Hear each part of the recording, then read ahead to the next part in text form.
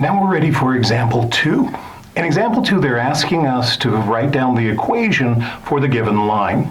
It's on the board, it's also on your handout. Now, as you look at this line, notice that we're going to have to think about these three items. We're going to have to think about slope, we're going to have to think about the y-intercept, and then we can write down the equation.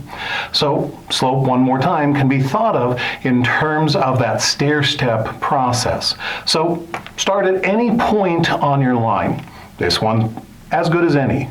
And then think about how to get from that point to the next point over. So I'm going to have a rise. Well, but unfortunately my rise is not going to be what you're normally thinking about as rise. We're not going to go up. We're actually going to go down. So I need to go down.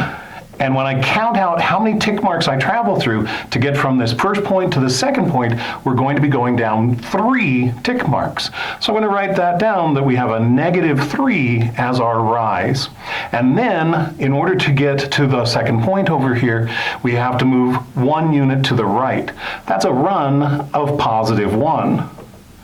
So now that I know that my rise is -3 and my run is +1, we can write down the slope.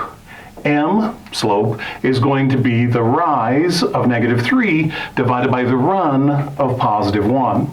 But remember, anytime you write down slope, you want to simplify the fraction. So -3 divided by +1 is never going to be a final answer for a slope. -3 divided by +1 ends up simply being -3. So I know that my m value on this problem is going to be the number -3. Now, the y-intercept is hanging out right there. And once again, your author defines y-intercepts as points. So we have the point 0, -4. That's the point where we're crossing through the y-axis. So I'm going to first of all label the fact that the y-intercept is the point 0, -4. But now that I know that the y-intercept is 0, -4, I can also write down the b value for this problem. The b value is that y-coordinate of -4. So b is equal to -4. Now that I have my m, and I have my b, remember that the name of this formula is the slope-intercept form.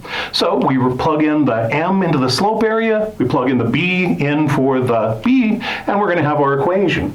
So y equals m, but we just found that to be -3, x plus b. Now, there are many ways we can do this. I'm going to go ahead and do it as a two-step process. It's plus a -4. But we've seen this before, that if you have two symbols next door to each other like this, you should always go ahead and simplify that. So adding a negative is in fact the same as subtracting. So our final answer on this problem then is y equals -3x minus 4. And that's the equation of this particular line. At this point, we are done with example 2. You are ready to go ahead and move on and try the worksheet for this section. It'll be worksheet 24, and then you'll want to go out into the MyLab math system and do homework 24 as well. Have fun.